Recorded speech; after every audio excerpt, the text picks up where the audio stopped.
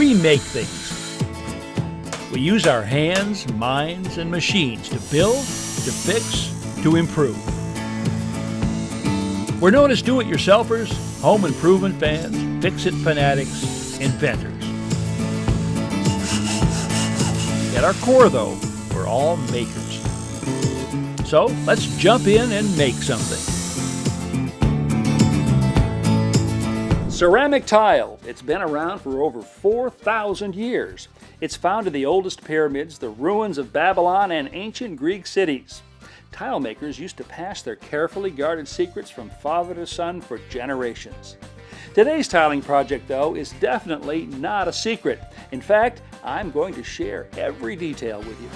Like wall painting, floor tiling demands the right kind of preparation. Now, this is as much an artistic project as a practical one, since we'll be embedding a design right in the center of the room. Sounds a bit tricky, but it's really not that hard. And the results? Well, stay tuned. So grab a cup of coffee and come on along as we make house calls.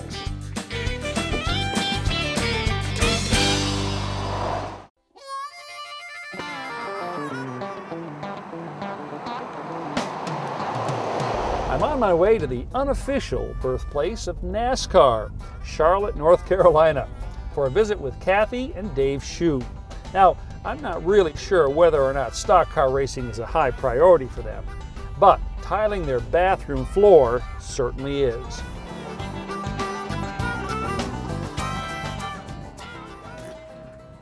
Hi. Hi.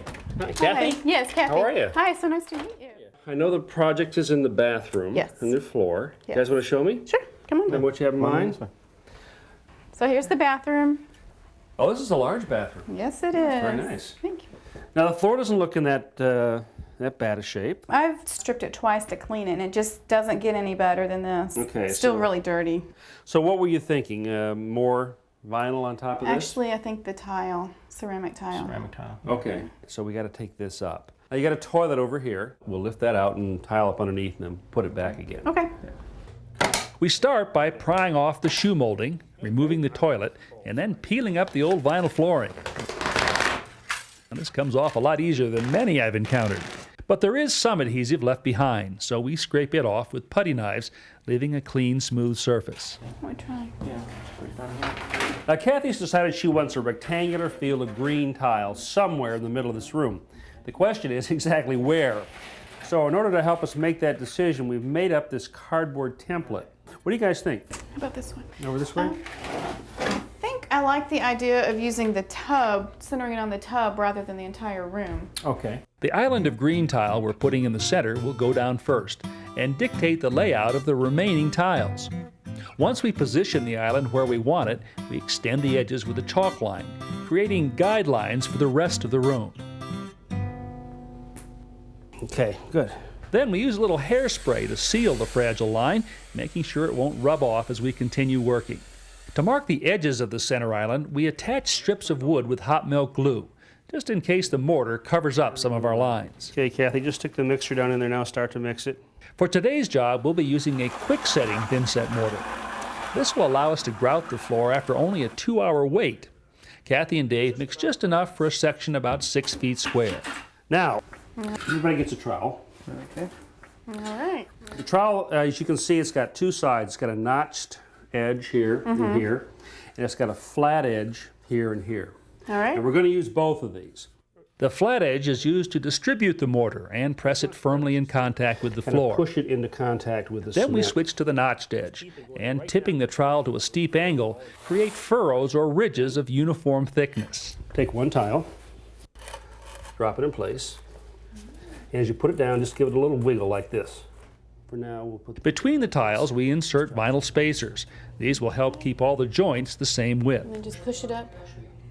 So I twist, and then I put the spacers. Okay, guys, I'm going to pop off this board here. Before we know it, the green island is complete. All right. The strips of wood come up, and we begin laying a border of decorative tiles. I've been wanting to tile the bathroom floor since I bought the house, so I think it's going to look really good. Doing things on your own make the project itself seem that much better, because now you can take some real pride in something you've accomplished, something you've done yourself. Nearly all of the tiles that we've put down so far have been full tiles, but now it's time to do some cutting. Now here's an easy way to figure out how to cut the partial tiles that'll go along the wall. First, I place a full tile directly on top of a tile in the row closest to the wall. Then I use a scrap tile to simulate the grout line. I put a second tile on top, push it against the wall, and then trace the edge onto the tile underneath. Now this piece of tile right here will be exactly the right size to fit in here. Out in the garage, Kathy and Dave use a wet saw to cut the tiles. Let's see how that one looks. Oh, that looks good. That's perfect. That's right on the money. To cut a tile to fit around odd shapes like this molding, I use a template gauge to duplicate the molding shape. Next, I transfer that shape onto cardstock, cut out the pattern, and trace it onto the tile.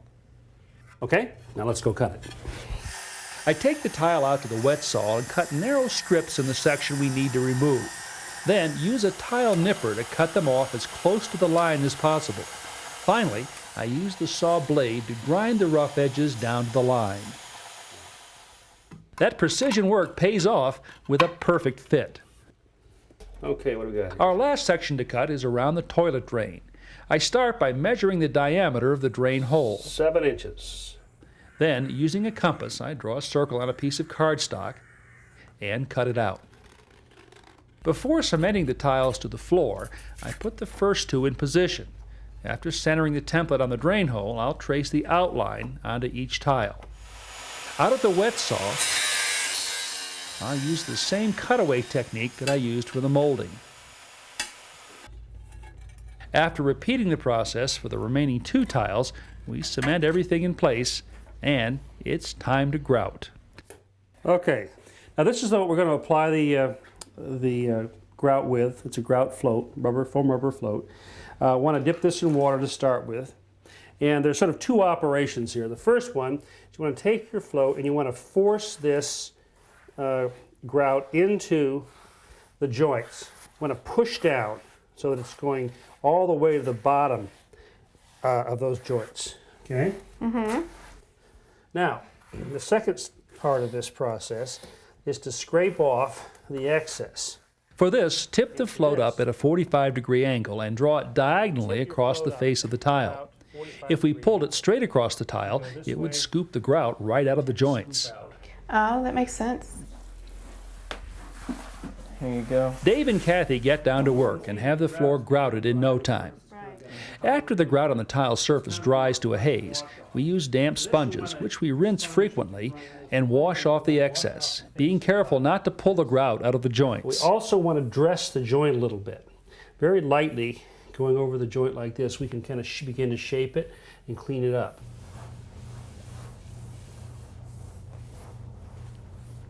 Well, we did it. We sure did. You know, this is the first time that I've put a pattern into a floor like this. Do you like it? Very much. How about you? I think it's great. Wait a few days and put a grout sealer around this. Right. That'll keep the grout looking fresh. Thank you so much for coming. This was great. You're very welcome. Learned a lot. I hope you guys do some more projects. All right. Okay. Thank It was you. fun. Definitely. Thank you.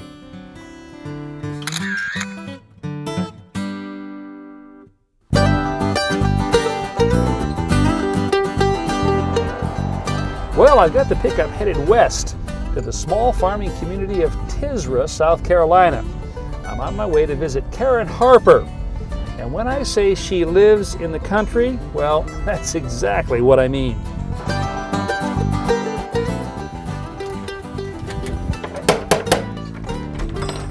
Hey, Karen. Hey, Ron. How are you? Nice to see you. We're kind of on the farm here, aren't we? We sure are. You just saw some bulls out there in the front yard. That's right. That's right. The family farm surrounds our. Wow. Okay. Karen Harper's been hard at work repainting and wallpapering her family's ranch-style house. Her next project is to replace those plain hollow core bedroom doors with something more substantial and better looking. So you want to take this down and replace it with a panel door. Okay. Okay. The old door comes off easily with a few taps on the hinge pins from Karen and a little added support from me. I'm going to pull the door away. There we go. Then we head outside with the old door. We remove all of its hardware, then lay it on top of Karen's new pine panel door. Now, since the old door fit just fine, we're going to use it as a template to cut the hinge mortises and to bore for the lock set on our new door. So let's just get everything lined up here. Are you flush? I'm flush on the side. Okay, good. All right. Once the two doors are clamped tightly together, we begin transferring the hinge locations. Okay. So we'll start out by taking a combination square, laying it right on the edge. And then instead of using a pencil, I'm going to use a knife here. This gives me a much sharper line. Okay. As you'll see later on, it gives me actually a place to set the chisel. After marking the sides of the hinge mortise, I use the combination square again to scribe a line across the bottom. Okay, let's set this down here. We're about to begin marking the opposite side for the latch set, and we discover a small problem. As you can see, our new door is a little bit wider than the old one, so I want to take some of this off and make them both the same width. I could use a hand plane to do that, but this is going to be a lot faster. This is a small power plane. A couple of passes is all it should take. We need to take off, not more than 1/8 of an inch. Now this is a hole saw. This is what we're going to use to cut out this large hole here for the latch cylinder. And we're going to use the old door once again as a template so we know exactly where the hole goes. But also the thickness of this door will help keep this drill vertical. Okay. All right. I want to stop when the pilot drill comes through the other side of the door. So I'll watch down here. Okay. And then I'll let you know when to stop. Push down a little harder. A little further. Push a little bit more. Stop. Take it out. We flip the doors over, and using the small pilot hole as a guide, Okay, so nice and vertical. continue drilling from the other side. This creates clean edges on both sides of the hole, Pull it back. There you go. but does carry some other risks. The nice clean hole, though, is well worth the effort. Take this clamp. From here on, a lot of our work will be on the door's edge. We've come up with some temporary clamping jigs to hold the door in a vertical position. They'll come in especially handy now. Karen uses a spade bit to bore the latch bolt hole. I think so. It must be perfectly vertical, so once again, we use the combination square as a guide. Next, we screw the latch bolt in place temporarily and scribe around the outside of the plate. Now, it's time for some chiseling. We'll first need to cut the edge of the mortise.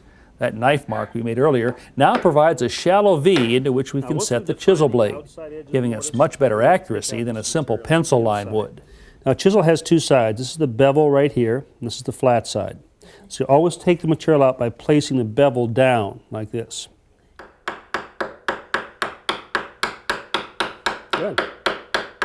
With the latch bolt mortise complete, we turn our attention to the hinge mortises. Okay. Now, at this point, we're getting real close, so we can take the chisel and lie it with the bevel up, this part of it flat on here, Okay. and we can kind of pare a little bit of this off and get this really flat under here, like this. Keep it flat. And this, now you're not digging in now. You're just leveling it off. You're flattening it off. So be sure to keep it flat. Down. Our accurate marking and careful chiseling pay off, and the hinges fit perfectly. Very nice. Those are pretty. While I install the doorknob set, Karen's inside screwing on the new hinges. Come up a little bit. There we Well, go. it's time to hang the door. The hinge knuckles line up perfectly. And with a few taps on the pins, our door hanging project is complete. Want to try it? See if it latches. Oh, it sounds good. Yeah, it's perfect. You happy with it? Oh, yeah. Now, you've got a couple more of these to do. I'm going to give you this chisel out of my toolbox, and I'll sharpen it before I go. Okay, sounds good. And but I hope you'll give it a shot, because I think you can do it. Oh, yeah, good start. Okay. I appreciate it.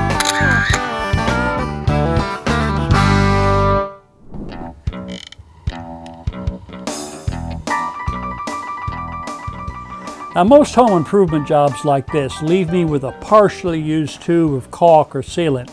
Now, I've tried a variety of ways of sealing these up so that they're ready for another use, with mixed results. I've tried electrical wire nuts, but they tend to leak air. I've used duct tape, but that too allows the caulk to dry out inside. And then, of course, there's the technique of putting a nail or a screw, into the open end of the nozzle. Both of these, though, have led to disappointing results. Enter the Red Cap Caulk Saving Sealer.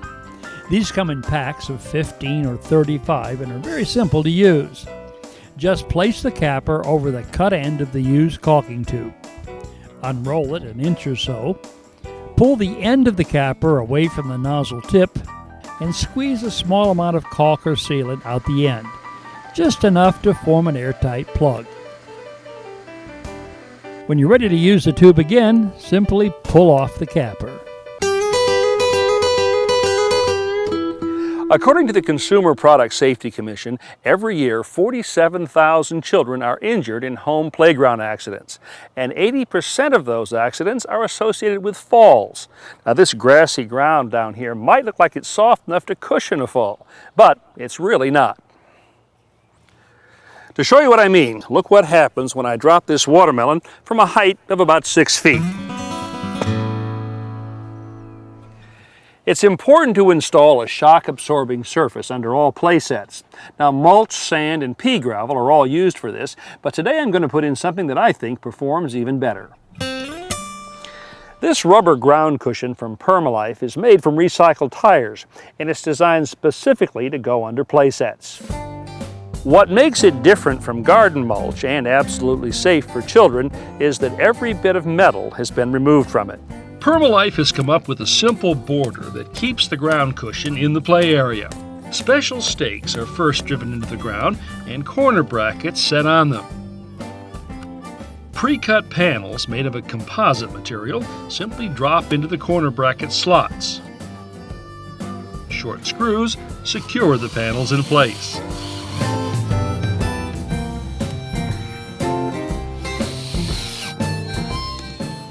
With the border in place, I begin pouring in the ground cushion and leveling it with a rake. Now, even though I was tempted to put down weed cloth first, the manufacturer says it's not necessary, since the material blocks light completely, yet allows water to pass through and drain thoroughly. Here's the end result. With this material, nearly anyone can put down a safe play surface in a matter of hours. And Max says, Dad, you gotta give it the watermelon test. So, here goes. Well, Max is happy, and I'm happy, knowing any falls will land him on a safer surface. Well, this is our downstairs guest bathroom, and like a lot of first floor bathrooms, it doesn't have an exhaust vent. So I've been looking for something that wouldn't mask odors, but actually eliminate them without going to the trouble and expense of putting a flue all the way up to the roof. And I think I might have found something. Now, this is called an odor eliminator. It doesn't mask odors, it actually filters them out of the air. It's from Hamilton Beach, and the principle is fairly simple. So inside here is a carbon filter, and behind the carbon filter is a fan. Now, to use this, all you have to do is plug it into any outlet or receptacle, and it runs continuously. Now, I've had this in here for about a month, and I have to tell you, it really does work. About every 3 months, I take off the front cover, remove the activated carbon filter, and replace it with a new one. A necessary but simple bit of maintenance. To view today's projects again and countless more, go to HouseCallsDIY.com. Step-by-step home improvement tips when you need them. I'm Brian Kelsey. Welcome to House Calls. Join us as we tackle some great home projects, as well as look back at favorites from Ron Hazelton on House Calls.